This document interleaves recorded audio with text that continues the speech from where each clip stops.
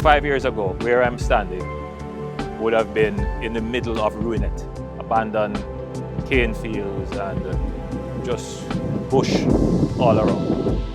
And now we have converted this into housing for the people of Jamaica. This is the Bernard Lodge housing development. The developers are undertaking housing development just under 1,000 in phases. Where we want to go is to have developers and contractors who can do 10,000 houses at a time.